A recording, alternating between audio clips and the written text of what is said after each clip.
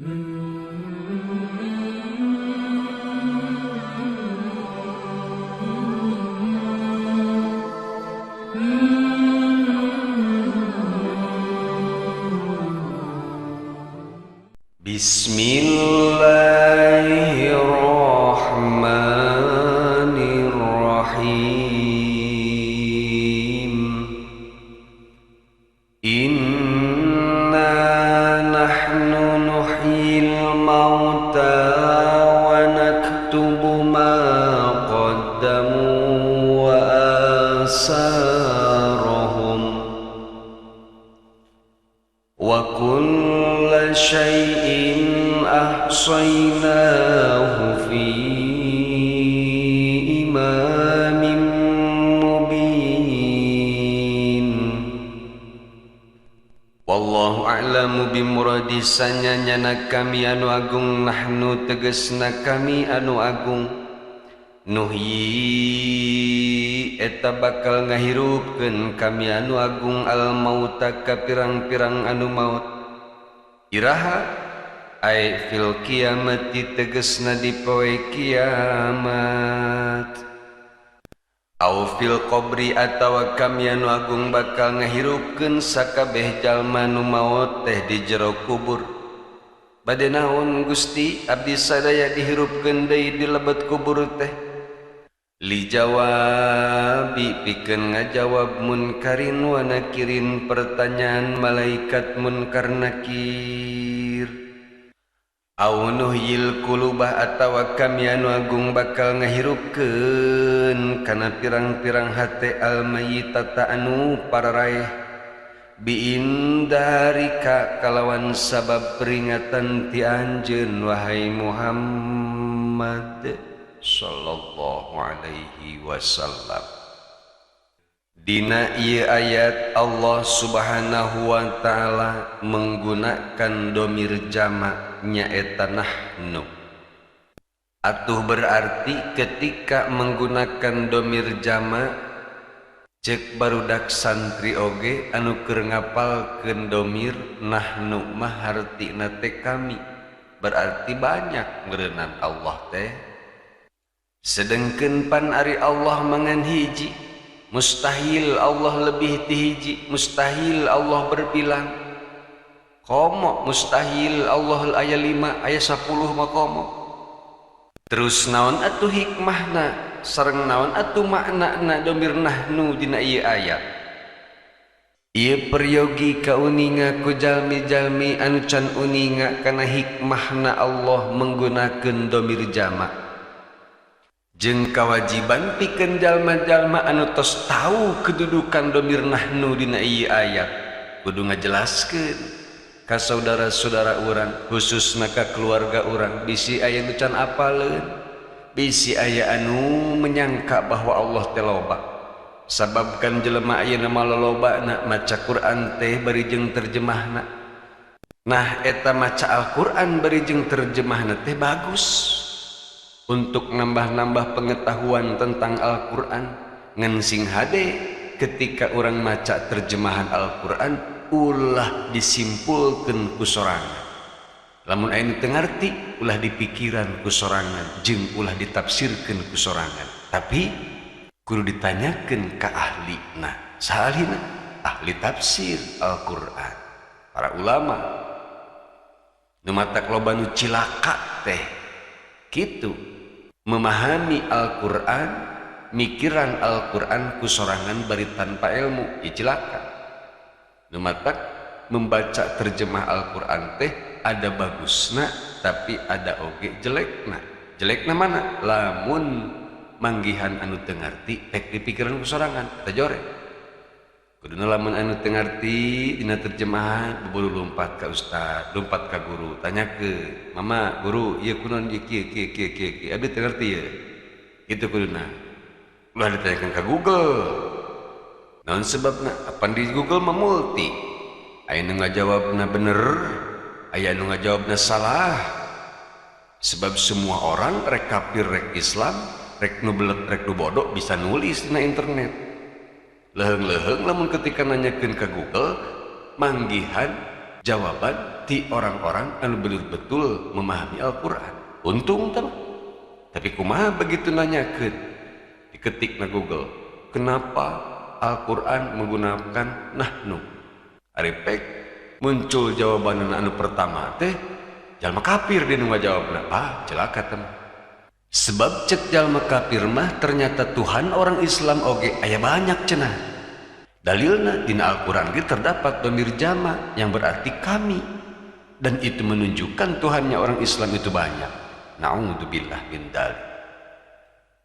Tah lamun orang sebagai umat Islam ngaku Islam tapi otak nanti diusian ku ilmu teu ngaji, maka ketika ketemu jeung orang non muslim anu ngomong kitu pagejeud urang tah. Bisa-bisa orang kadudut jadi agama manehanana. Na'udzubillah min dzalik. Naon atuh hikmahna Allah Subhanahu wa ta'ala menggunakan dhamir nahnu atau dhamir jama, sareng naon kedudukanana kata nahnu dina ieu ayat. Hikmah nu kahiji, ketika Allah menggunakan dhamir nahnu bukan berarti menunjukkan bahwa Allah teloba, tapi ketika Allah menggunakan dhamir nahnu ieu teh menunjukkan ala ta'dimi qat'an, menunjukkan bentuk pengagungan atau untuk menunjukkan makna kekuasaan Allah Subhanahu wa ta'ala. Hikmah anu kaduana, kata nahnu dina ieu ayat kedudukanana sebagai dhamir fasl atau kata ganti pemisah. Sebab sanajan kata nahnu teu disebutkeun dina ieu ayat, misalna dina ieu ayat teh inna nuhyil mauta, tetep eta ayat teh akan memiliki makna. Naon fungsina dhamir fasl ti dieu? Fahiya dhamiru fasli litahsisi. Dhamir fasl dina ieu ayat berfungsi untuk tahsis atau sebagai tahsis, pengkhususan. Dengan kata lain, Allah Subhanahu wa ta'ala dina ieu ayat menyatakan bahwa hanya Allah lah yang mampu menghidupkan makhluk na anu tos marawat. Selain Allah moal aya anu bisa ngahidupkeun makhluk anu geus paeh. Ielah makna tahsis dina ieu ayat. Apan cenah geuning eta Nabi Isa bisa menghidupkan orang yang telah meninggal, itu atas izin Allah Subhanahu wa ta'ala. Lamun teu aya izin ti Allah, siapapun rek nabi rek wali moal aya nu mampu menghidupkan sesuatu anu tos paeh. Hanya Allah lah anu memiliki kemampuan untuk menghidupkan seluruh makhluk-makhlukna setelah kematian. Sanajan geus buruk, sanajan geus hancur, sanajan geus lebu sugan mah, Allah Maha Kuasa untuk menghidupkan makhluk-makhlukna. Nah, etalah fungsi dhamir nahnu dina ieu ayat numutkeun para ulama ahli tata bahasa Arab. Ari abdi mah lain ahli bahasa Arab, tapi abdi memang hanya sekedar macakeun keterangan-keterangan dina kitab-kitab ulama anu ahli dina bahasa Arab sareng ahli tafsir. Dina ieu ayat mengandung peringatan pikeun urang kabehan supaya urang hati-hati dina ngajalankeun kahirupan di dunia ieu. Ulah sampai urang hirup di dunia ieu nuturkeun kahayang setan jeung kahayang nafsu, sebab sakabeh perbuatan orang di dunia ieu bakal dipenta pertanggungjawabanana di hadapan Allah Subhanahu wa ta'ala setelah orang mengalami kematian. Sesaat orang tos dimautkeun ku Allah Subhanahu wa ta'ala, maka orang oge bakal dihirupkeun deui ku Allah Subhanahu wa ta'ala di jero kubur. Rek naon dihirupkeun di jero kubur? Li jawabi munkarin wa nakirin, untuk menjawab pertanyaan malaikat munkar nakir. Mun urang bisa menjawab pertanyaan malaikat munkar nakir, maka orang bisa senang di alam kubur, bisa bahagia di alam kubur.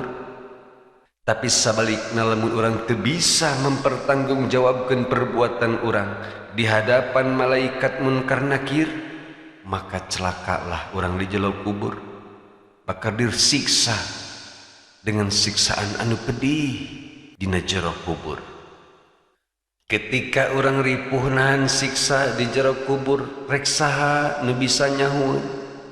Bapa urang anu keur di dunia masa kitu belana jeung nyaahna ka urang moal nyahueun kaayaan urang di jero kubur, jeung mun nyahueun ge moal bisa nulungan sieunneun nu aya meureunna lompat-lompat nepo urang keur disiksa di jero kubur.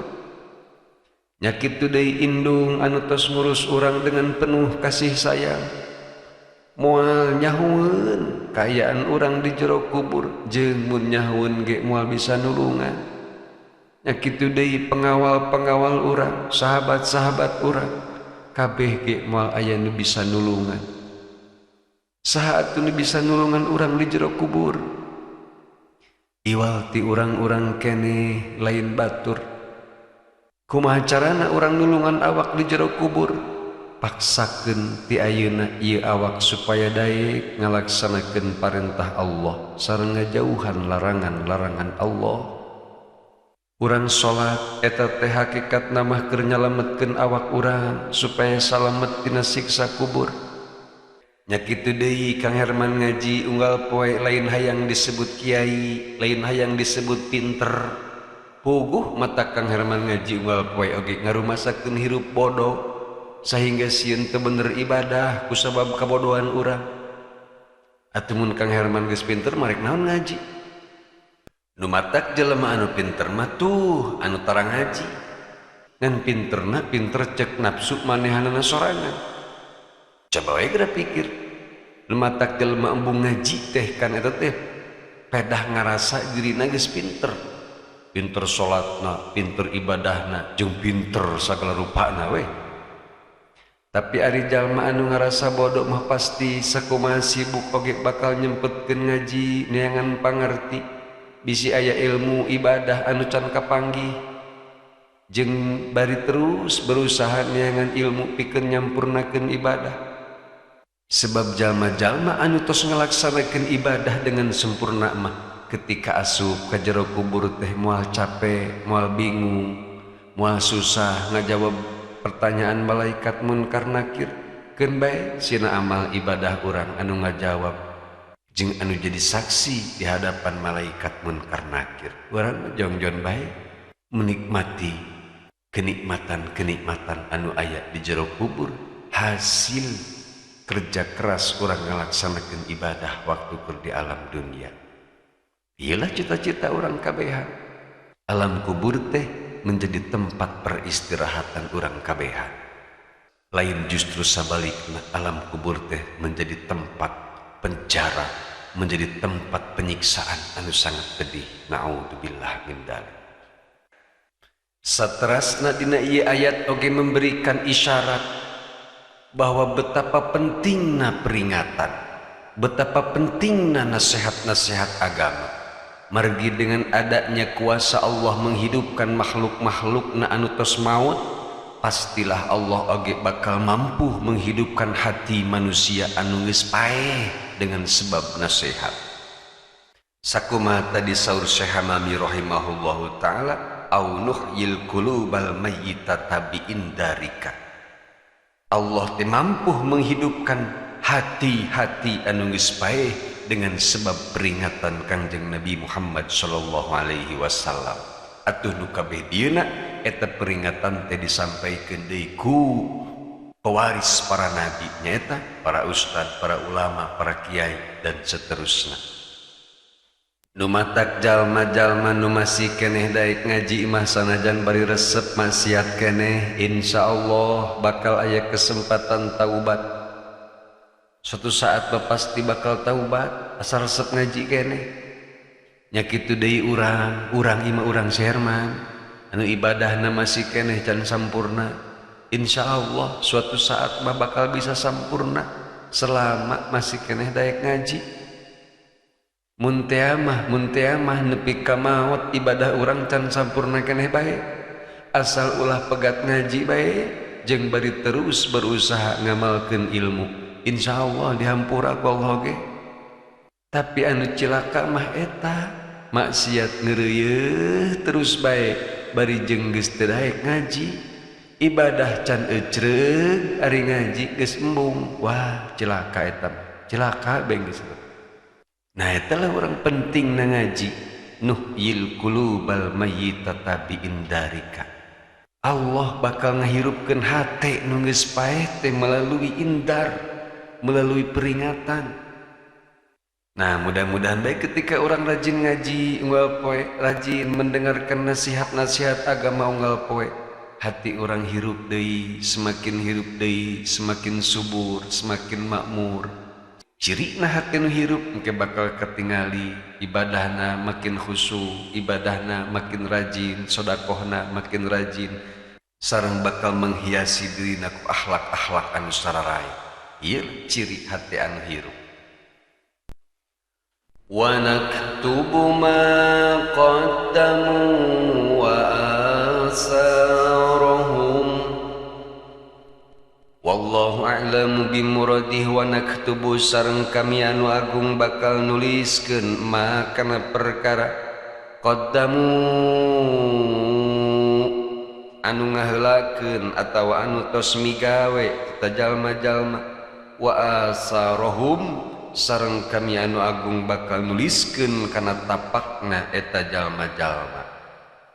Aya tegasna na'muru kami anu agung bakal marentahkeun kiraman katibina ka malaikat kiraman katibin bi ayaktubu kana yen supaya nuliskeun eta kiraman katibin teh a'malahum kana pirang-pirang amal araranjeun minal khairi berupa amal anu bagus, wasyarri jeung amal-amal anjeun anu jore.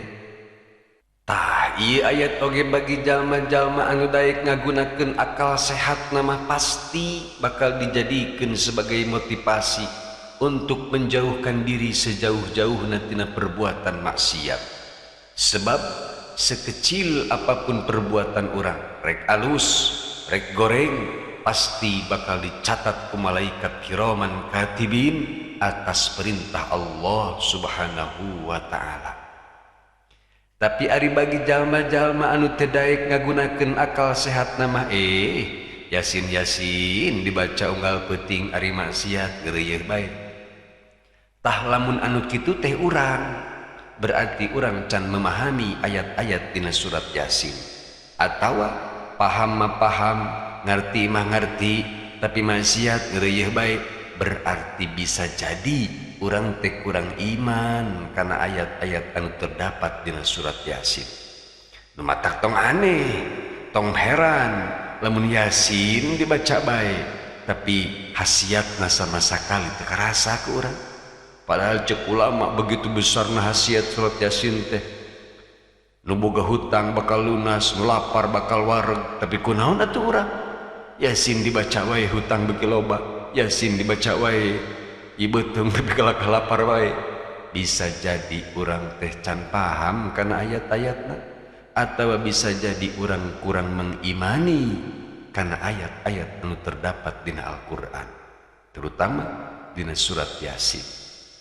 Nu matak urang lamun bener hayang merasakan keutamaan surat Yasin, sakumaha dicarioskeun ku para ulama, urang heula kudu nurut kana perintah Allah anu disampaikeun melalui surat Yasin ieu, kakarak bakal nikmat jeung bakal karasa keutamaan-keutamaanna membaca surat Yasin.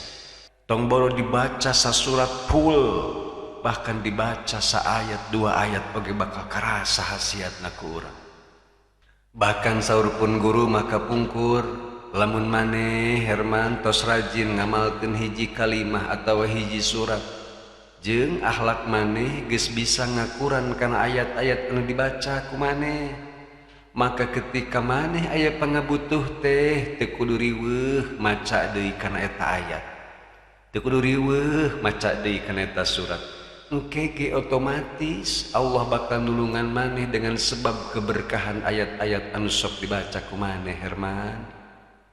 Oh gitu pikir-pikir mah nya pengen atuh dibaca wae teh karasa hasiatna buah-buah bisa jadi urang teh hiji kurang memahami atau kurang mengimani. Nu matak Al-Qur'an mah selain dibaca teh kudu dihayati, dipahami, ditadaburi jeung kudu diamalkeun supaya hasiatna karasa dunia akhirat. Wa qala ba'dul mufassirina sareng parantos nyarioskeun sebagian para ulama ahli tafsir al muradu bi asarihim ari anu dimaksud bi asarihim dina eta ayat bekas-bekas anu ditinggalkeun ku jalma khutuwatuhum ilal masjidi nyaeta langkah-langkah jalma-jalma menuju ka masjid. Rek naon? Salat berjamaah atau mengisi pengajian. Bisi engke kadengieun ku anu sok nyolong koropak masjid. Alhamdulillah cenah. Urang ge mineng ngalengkakeun suku ka masjid. Rek naon kerajaan? Rek nyolong koropak masjid. Ye, atuh teh mah ngaran maksiat ka masjid oge.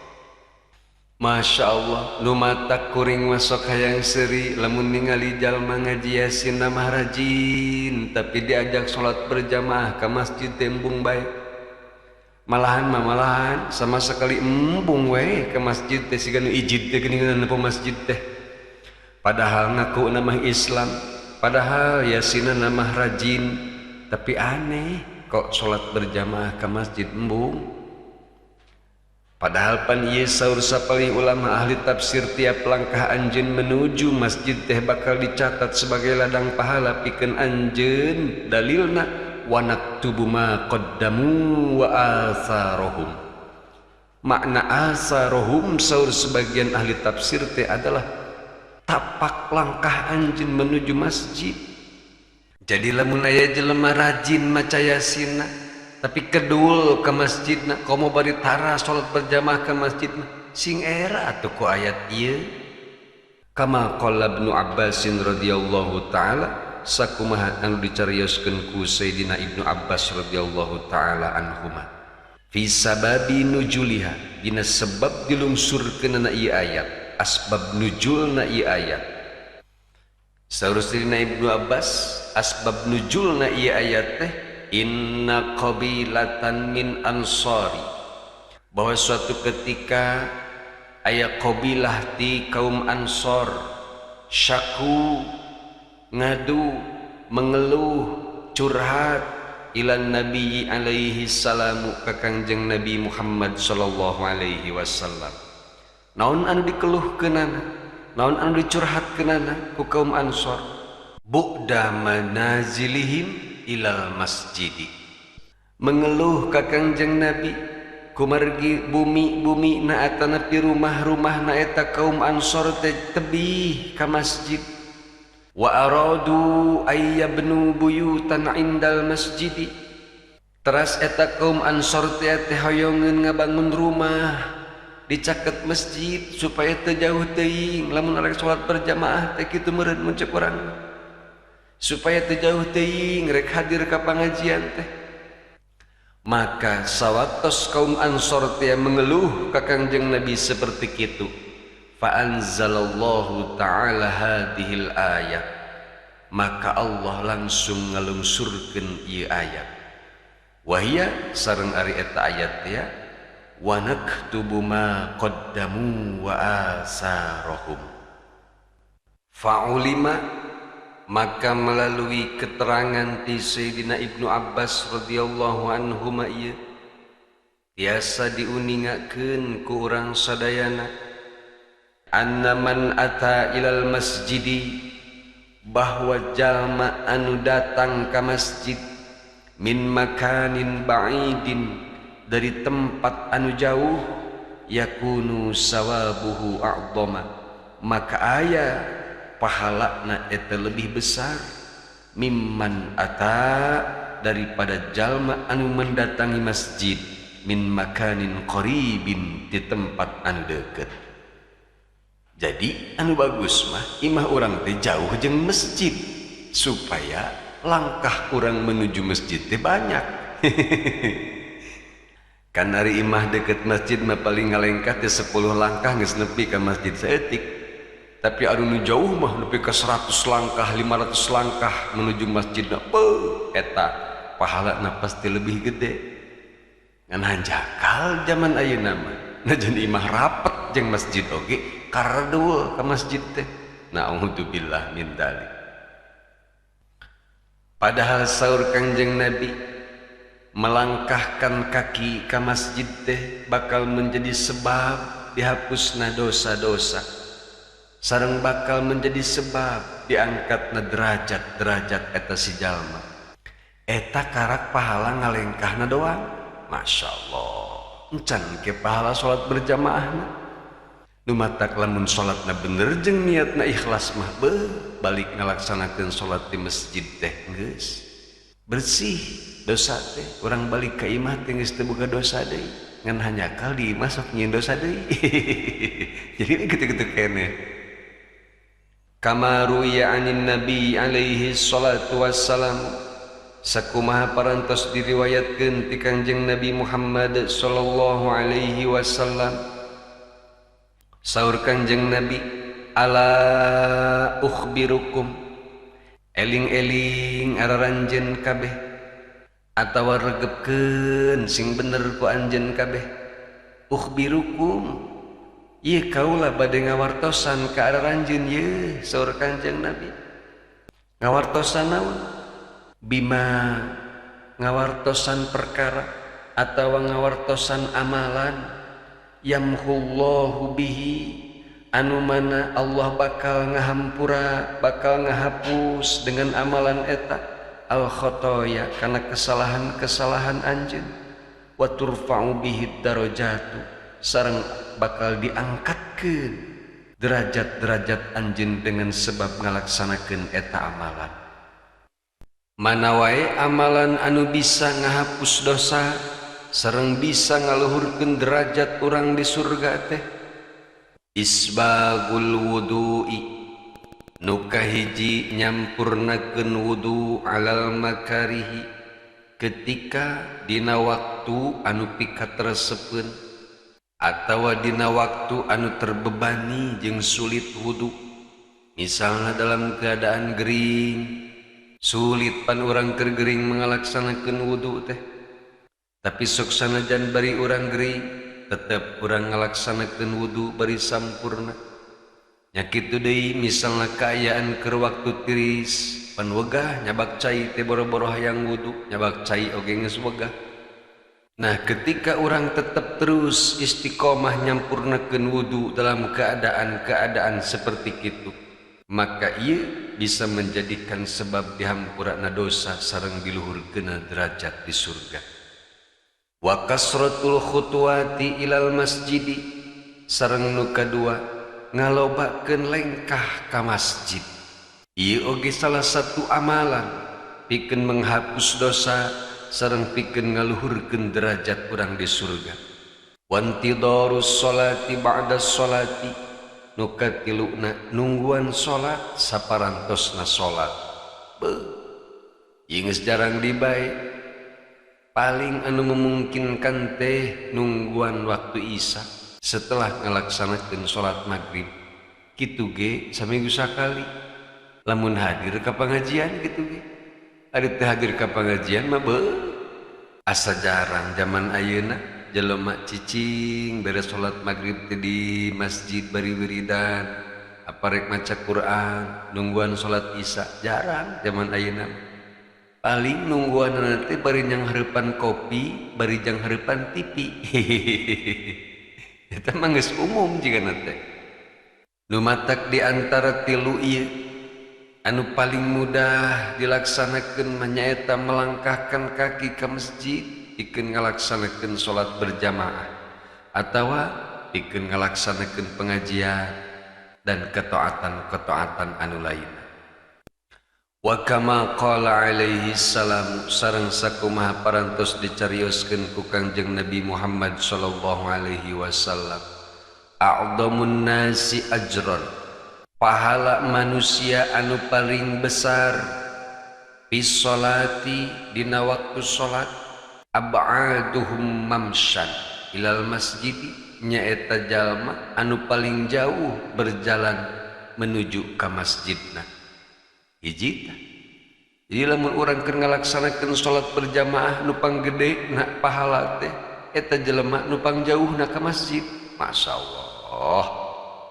Walladzi yantadiru sholata ba'da sholati nu kaduana jalma anu menunggu salat setelah ngalaksanakeun salat hatta yusalliyaha ma'al imami nepi ka eta si jalma teh ngalaksanakeun salat deui bersama imam berjamaah berarti ya contohnya seperti tadi beres ngalaksanakeun salat maghrib berjamaah terus urang diu wiridan maca Quran teh ka mana-mana teh keluar masjid bari nungguan salat isya berjamaah deui.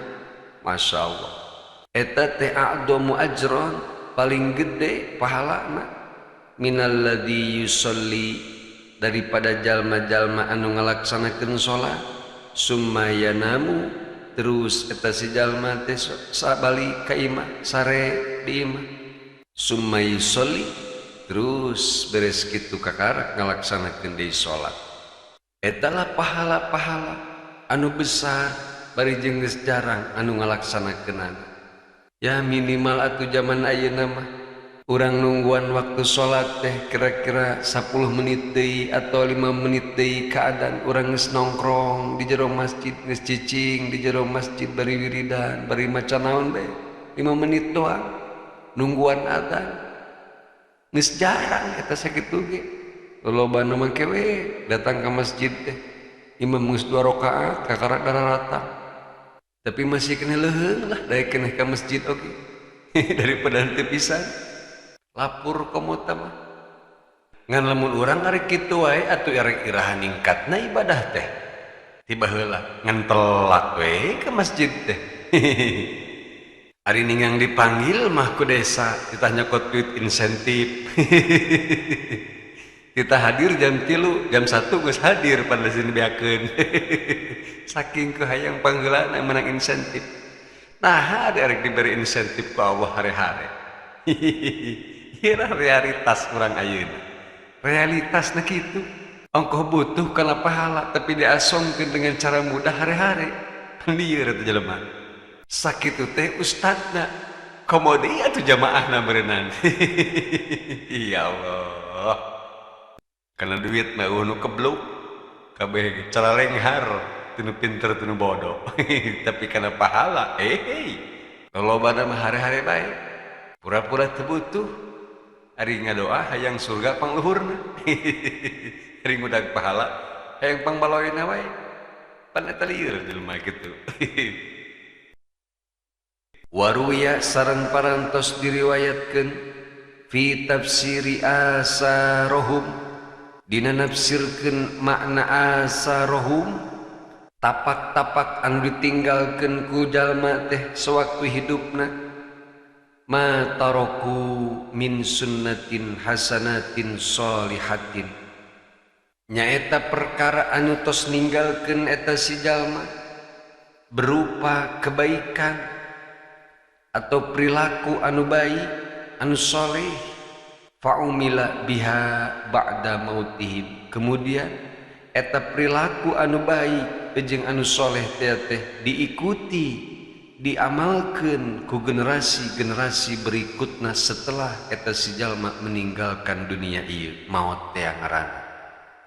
Misalna urang ti ayeuna ngajarkeun kebaikan ka anak didik urang atawa ke keluarga urang terus eta urang geus maot teh amal kebaikan anu diajarkeun ku urang teh masih keneh terus dikeureuyeun maka urang bakal terus bisa mendapatkan pahala sanajan urang geus mau atawa guru ngaji anu rajin ngajarkeun ka barudak dimimiti budak teu nyaho nu ngaranna alif nepi ka pinterna eta budak baca Al-Qur'an pek eta guru ngaji teh maot terus eta budak anu dididik ku urang teh masih keneh terus daekeun ngaji ya minimal kan keur salat ge maca eta maca surat, maca Fatihah dan lain-lain eta menang didikan urang misalna, maka insyaallah eta pahalana terus-terusan ngocor ka kuburan urang.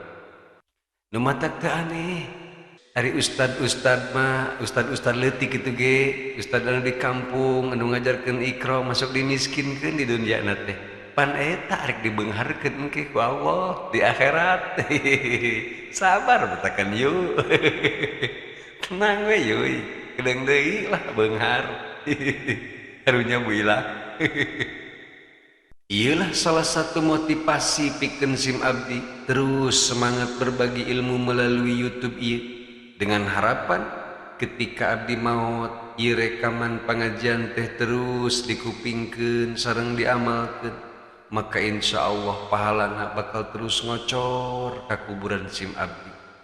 Nu matak ieu ngupload pangajian teh hitung-hitung nyeng celengan amal jang bakal balik engke ketika abdi balik ka kuburan.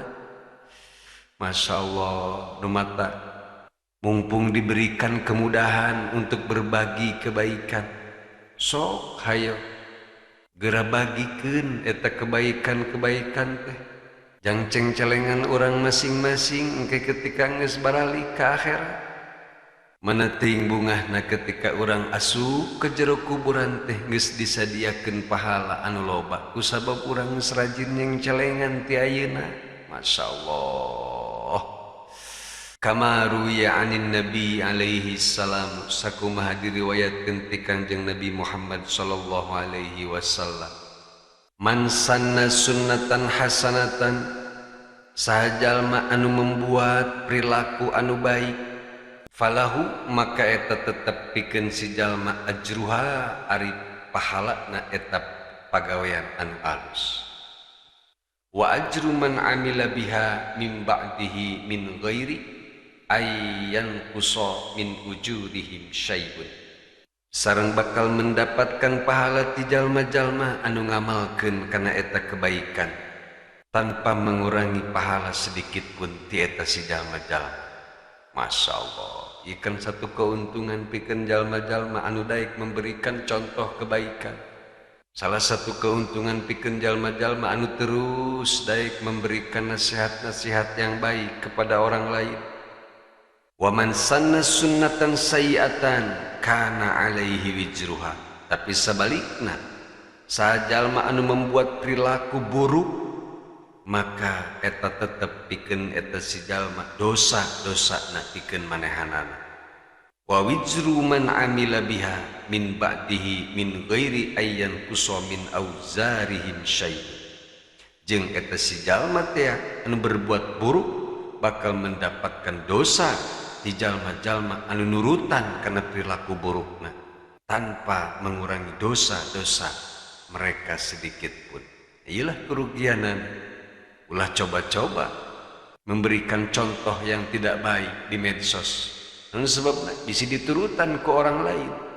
Ketika orang berperilaku buruk di medsos, terus perilaku buruk orang diturutan ku batur, maka orang bakal double siksaan, bakal double dosa orang ongkoh jeung dosa-dosa anu nurutan karena perilaku buruk urang.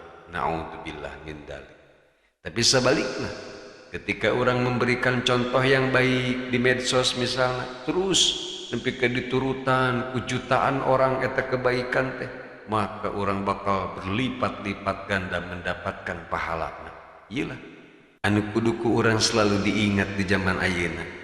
Sebelum orang mengupload sesuatu teh, pikir heula kira-kira itu jore apa alus. Lamun sakira-kira alus cek syariat upload, sebab kebaikan anak bakal manjang jeung bakal mendapatkan pahala anu double. Tapi sakira-kirana buruk tahan tong diupload, sebab lamun diupload eta kejorean teh maka orang bakal double mendapatkan dosana. Naudzubillah min dzalik. Wa kullu syai'in ahsaynahu fi imamin mubin. Wallahu a'lamu bimuradih jeung kana sakur-sakur perkara ahsayna parantos ngitung kami anu agung hu kana itu syai'un fi imamin mubin dina kitab anu jelas nyaeta lauh mahfud teh ae tegesna hafidnahu kami anu agung bakal ngajaga kana eta perkara wa'addadnahu sareng kami bakal ngitung kana eta perkara wa bayyanahu sareng kami bakal ngajelaskeun kana eta perkara fil lauhil mahfudi di lauh mahfud yakni laisa syai'un makhfiyan an ilmina tegesna tidak ada sesuatu pun yang dapat tersamarkan tina ilmu Allah subhanahu wa ta'ala. Sekecil apapun perbuatan orang, baik itu buruk atau bagus, bakal nampak jelas di hadapan Allah subhanahu wa ta'ala. Mual aya satupun anu bisa disembunyikan di hadapan Allah subhanahu wa ta'ala. Wallahu a'lamu bissawab.